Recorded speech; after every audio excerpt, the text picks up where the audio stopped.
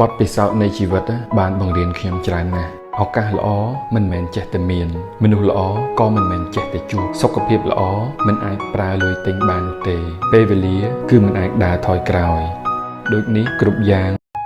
បទពិសោធន៍នៃជីវិតបានបង្រៀនខ្ញុំច្រើនណាស់ឱកាសល្អមិនមែនចេះតែមានមនុស្សល្អក៏មិនមែនចេះតែជួបសុខភាពល្អមិនអាចប្រើលុយទិញបានទេពេលវេលាគឺមិនអាចដើរថយក្រោយដូចនេះគ្រប់យ៉ាងបទពិសោធន៍នៃជីវិតបានបង្រៀនខ្ញុំច្រើនណាស់ឱកាសល្អមិនមែនចេះតែមានមនុស្សល្អក៏មិនមែនចេះតែជួបសុខភាពល្អមិនអាចប្រើលុយទិញបានទេពេលវេលាគឺមិនអាចដើរថយក្រោយដូចនេះគ្រប់យ៉ាង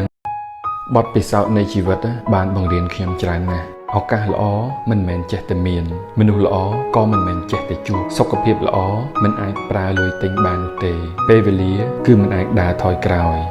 ដូចនេះគ្រប់យ៉ាង